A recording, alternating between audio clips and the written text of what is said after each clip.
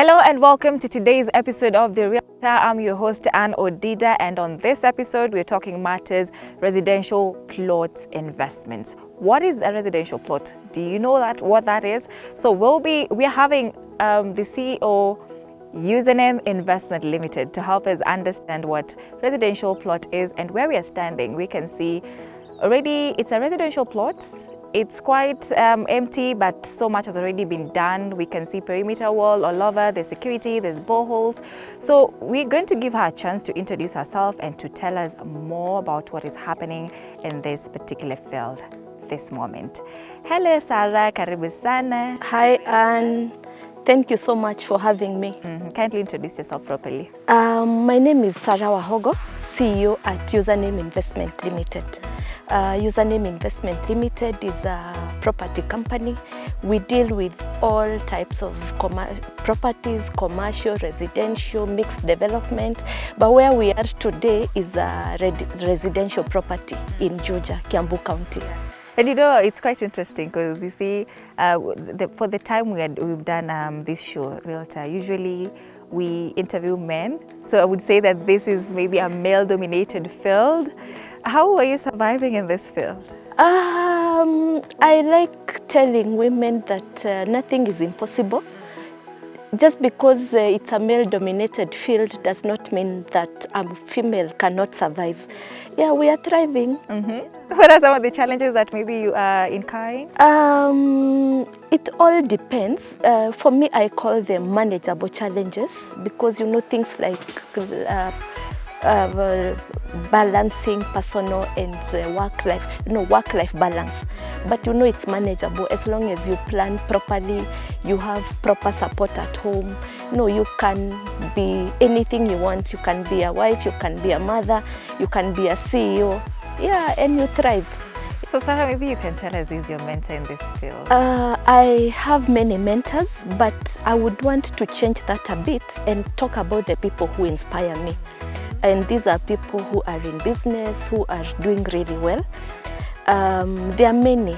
Locally, Dr. James Mwangi of Equity Bank, he has grown that brand from unknown to the giant it is today.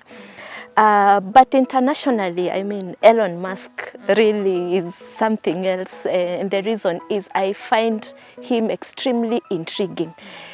Setting such huge budgets for innovation and of course not expecting any immediate returns. It's crazy. So there are many people who inspire me and really especially people who are in business. Yeah. Are you setting up job opportunities for people here now that you're a CEO of such a big company? Yeah, we do. We have employed so many Gen Zs, by the way. If you come to our office, we have very, very many young people who are really focused, and we enjoy working with them. They are hardworking. For your information, we have 3 offices. We have an office in town, CBD. We have an office, our headquarters in Westlands, Lemak Towers. We also have an office in Nakuru. Yes, so we have employed a good number of young people. Sawa. Now let's start with this conversation officially. You see, when you talk about residential plots, nimesema ploti, somebody might be thinking about ile ploti yao yenye iko Kibra, yeah? So what is the difference really between a residential plot and that plot that maybe mtu anajua ploti yake kwenye anaishi? So tell us more about what a residential plot is. A residential plot, or I would call it a residential property, is a property where an investor or a person would want to develop their home, really. Because then the difference between a residential and a commercial property is that a commercial property is for development. Either you are putting up a business there, but residential is a home, somewhere where you would want to stay and have a home. All right. Now that's where the difference comes in. Like, for example, zile ploti ziko Kibera, those are for commercial purposes, yeah? No, it depends because you see Kibra, okay, maybe the zoning is commercial, but you also find people who live there. That is their home. And maybe there is also, that zoning could mean that there is an area that is zoned for commercial in Kibra, but there is also an area that is zoned for residential still in Kibra. Just like you find in areas around Nairobi, you could be having properties in the same area, but some are commercial, some are residential. Just like in Juja, you know, the properties bordering the superhighway are mostly commercial, but now coming a bit inside, maybe 200 meters or 100, you find a lot of residential properties. Yeah. And you see where we are standing today, yeah, this is a property belonging to you as username. Kama tunaona pale nje, you know, tunaona flat land. I know there are also plots there, but this one, we can see a perimeter wall like I'd mentioned to Kianza. What is the difference? Nyinyi mko na perimeter wall, we can see boreholes are already here, security is already quite tight. And the other area, huko nje, pia I know they are selling that particular piece of land. So what is the difference between this one and that one? The difference between this one and anything else you see out here is that this specific development is a controlled development, meaning it's zoned specifically as a residential property. So you will not come here to put a 6-story building because it's specifically a residential controlled development. So why would you say that a lot of investors in real estate are running to this, the residential plot investment? I would want to say that for residential properties, number one, anyone before you even think of buying a commercial property, 99% or let's say 95% of any human being would first be thinking about a home. You know, so that you stop paying rent, you know, because it comes with security. Because before you risk investing elsewhere, can you first secure your family? And securing your family means that you need a home, even when things go south. You know, and it happens that you won't have anyone knocking at your door asking for rent. And we all know how rent prices have gone up. So it gives security. That's why the demand is high. If you compare the demand for residential properties and demand for commercial properties, residential is high because of the security that it gives to investors. Number two, the prices are affordable. You cannot compare a residential property, the price, with a commercial property price. Commercial properties are always very high in terms of price because you expect to invest and get returns immediately. The other thing is that you find that residential properties, the payment method is flexible. You know, like what we are having here, we give up to 12 months. So even very young investors like yourself, Gen Zs out there, young people out there, can comfortably invest in residential properties because we are talking about 3 million and below. Remember, commercial properties, we are talking about northwards of 8 million, 9 million. So for residential properties, a huge cadre of members of the public can actually afford. After that, once you invest in a residential property, the maintenance cost is very low. No, assuming it's someone who is just starting the investment journey, they have purchased a property here in Juja. After you invest, there's nothing much required from you. So it becomes a low maintenance property, and now you will have time to get funding or financing so that you can go back and develop. But really, it's a very low maintenance cost. And finally, the return on investment. We have seen so many people, including myself, we've bought properties at 350,000 shillings. And if you go to that same location today, you know, it's 8 million. So the return on investment is really good. Now you've mentioned something about 3 million Kenya shillings for what you're having here.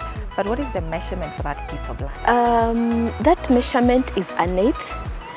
And we are also talking about a very accessible property. You know, from where we are to Thika Superhighway is less than a kilometer. So prices differ, but the cheaper the price, the more inaccessible the property is. Yeah. So an eighth for how many? Ziko ngapi hapa? Hapa we had 40 units. And we have sold quite a bit. Very few units are remaining. You know, I'm asking that so that they can just listen to that. You've said return on investment. Yes. If an eighth is 3 million, then 40, how many would you have? That's quite interesting. Now, how should we choose for location when we want to set up a residential plot? So when you want to choose a residential property, and you know, when we talk about residential, we are talking about where you would want to put your home. That's where your family will be, you know, after the hustles and bustles of the city. That's where you go back to. So you look at accessibility. No, because I've seen some people who have bought properties where when it rains, it's totally inaccessible. And even when it's dry, it's also very far. The other thing is amenities, water, electricity. In this property, we have water just here. You can see electricity passing nearby the property. We also talk about social amenities. We are talking about the area. How does the environment, the neighborhood, and you know, we have seen people buy properties near dump sites, or in areas where zoning, it's not zoned for residential. So we start with the environment. If, for example, you purchase a residential property in an area, for example, where there's a dump site, then it becomes inhabitable. It's a challenge. So you have to check all those things. Then area zoned for residential. We have seen so many people complaining on TV that we bought this property, we are living here. Then we have people who have put up factories or industries, and it's not good for our environment and for our health. So those are the things that you need to check. Check the accessibility, check the zoning rules, check the neighborhood, check the social utilities and social amenities. Thank you so much for that. Environment, zoning policies, just among the things that you should look out for when choosing a residential plot. We're taking a very short break here. We are with Sarah, the CEO, Username Investments, right? Stay with us. You're watching The Realtor.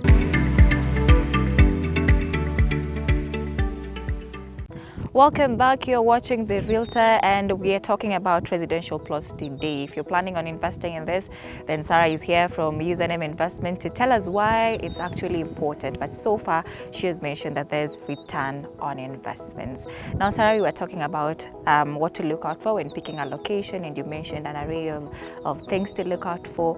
But let's talk about now government projects that are in place. Let's talk about roads. Those amenities, you know, how do they influence the choice of a residential plot? They influence the choice in a very big way. A very good example is the Thika Superhighway, how it influenced people to move to these sides of Georgia. So we have seen a lot of economic growth and very many homes coming up. And when there's that kind of a demand, it means that prices also go up. So demand and supply factors determine the price of a commodity. So when there's economic growth and people moving to any side because of the infrastructure development, it means that the prices also go up. So you also find that infrastructure development also enhance or bring about growth in urban population, because you find so many people moving to the satellite towns, for example, of Kiambu, Nairobi, and any other counties. So you find that there is demand of housing. That demand brings about increase in prices, and ultimately there's a lot of economic growth. Now, I want to take you back to something when we're talking about location. Let's say you've seen a very beautiful piece of land and you're thinking of investing in this one, but you find that things set up already there, clubs, schools are already there, but you want this piece of land. Who moves? Is it you or is it the clubs, or Is it a private development or a public? let's talk about a private development. Private. Yes. Is it easy to get a public development No. purchase? Let's talk about not private. Private, first of all, is the owner, the legal owner, selling to you. Because people sell even apartments, they sell even huge developments. So if the developer is willing to sell, assuming there were tenants in those schools, clubs, maybe they have leased out, then you will need to ensure that they exit the leases, or rather the agreement between you and the vendor is watertight, so that you are not left with issues of tenants who had already paid lease charges, and now you have to deal with them. But it's possible, as long as it's a clean piece of land. The vendor is willing to sell, there is no problem, because the vendor will just need to give a notice to the people who are leasing or renting the developments. You know, my worry was these people now next to a club, and you know they cannot do anything about it, so they just let that land go, because na sasa wanataka kujenga karibu na club. The people, assuming I'm buying a property that has a club. Yes. Oh, that is situated. Yes. Now that's a challenge. You see what happens, and we usually tell people, because you know a club is not a permanent, and if it's a building, you can always change the kind of business that is there. So assuming you want to buy a property that has a club inside and you want to sell it as a residential, so there are very many ways of dealing with it. First, you can change, either change the club and put a different business like a hotel.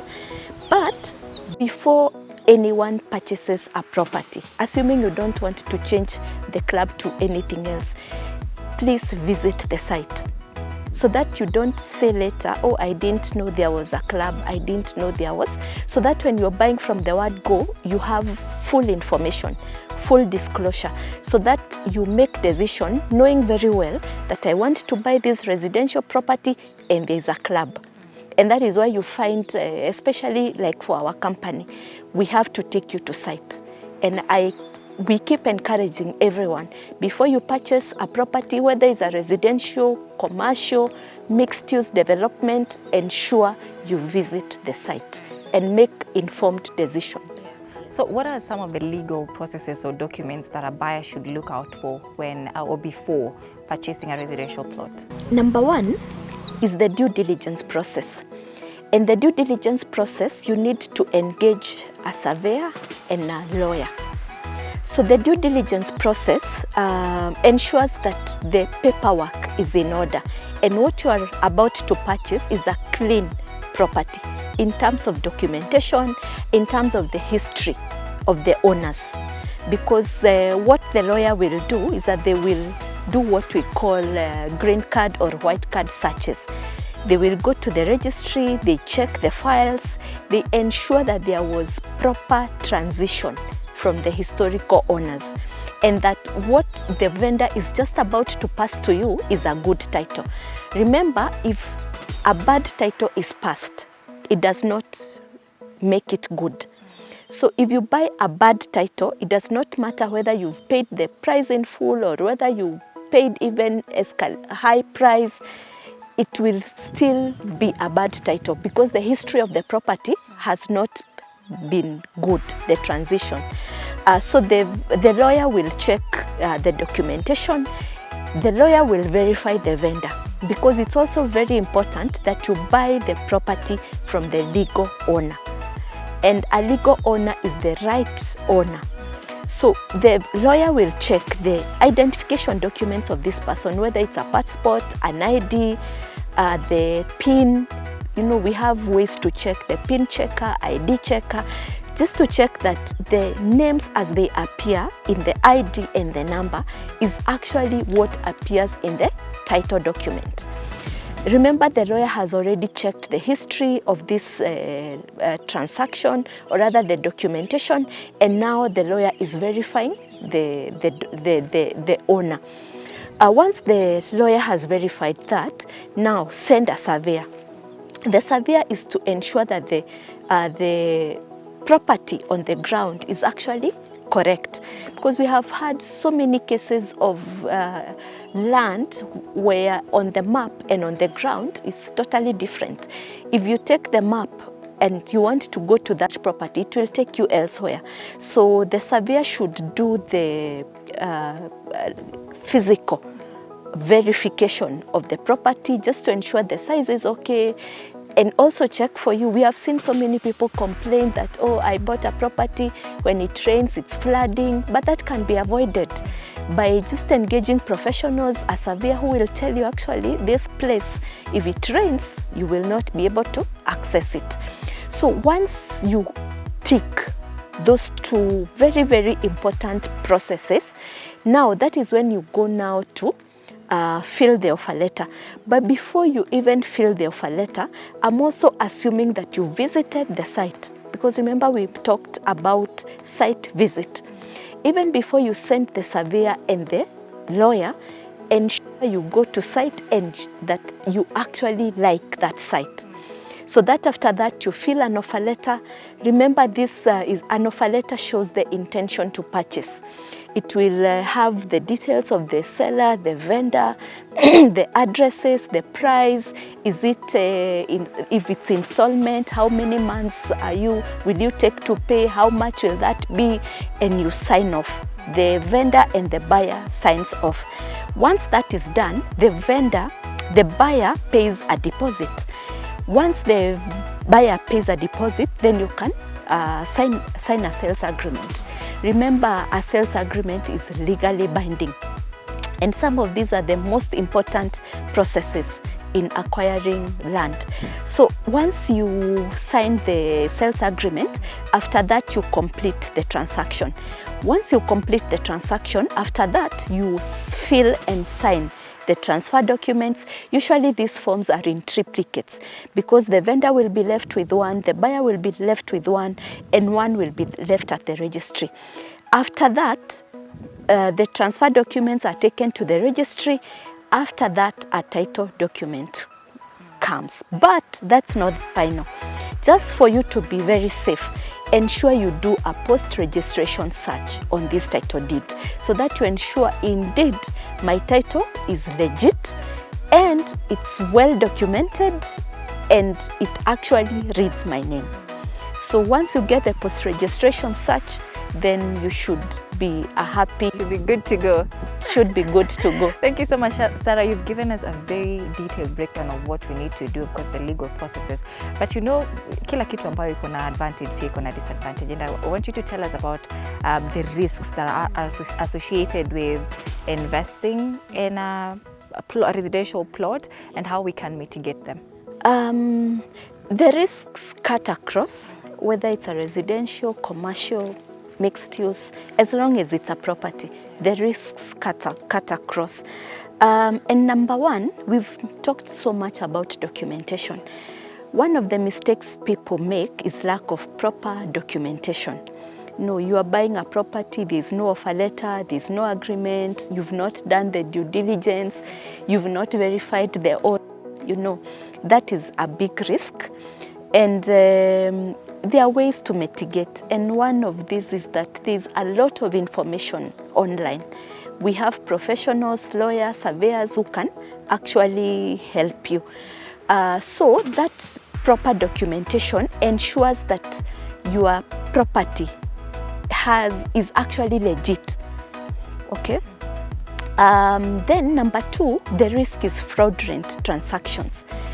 I have heard so many times people saying, I bought air, and nilinunua hewa. But there are also ways of ensuring that you don't buy air, by just ensuring that you follow the process that we've just explained before this. And this ensures that you don't lose your investment, because there is a difference between buying a property that had a title or a documentation issue or an ownership issue, and a property that is fraudulent. The fraudulent one, the potential, or rather the probability of losing 100% of your investment is very, very high. The other one, the problem could be that it would take a long time to resolve, which no one wants. You know, going to courts and all those things, no one wants to do that. The other risk is the location. You know, I see very many people buying properties before they visit, and that means that the location is unknown. You know, you are buying a property where you don't know the location, and that is risky because probably there are no potential infrastructures by the government coming up soon, meaning the value of the land will take a long time to appreciate. Yes. So what you're trying to say is the advantages outweigh the disadvantages? Definitely, most definitely. Yeah, I actually would not compare the fear of not owning an investment with owning one. And personally, I usually say today, if you lose your investment, it's your choice. You choose to do it because a lot of information is available. Professionals, lawyers who charge very minimal fee are available. Surveyors who really charge a very affordable fee. So if you lose your investment, it's a choice that you make. Yeah. Right now, that is a parting shot that is quite good enough. You've been convinced that if you invest in residential plots, then you still are guaranteed of a return on your investment.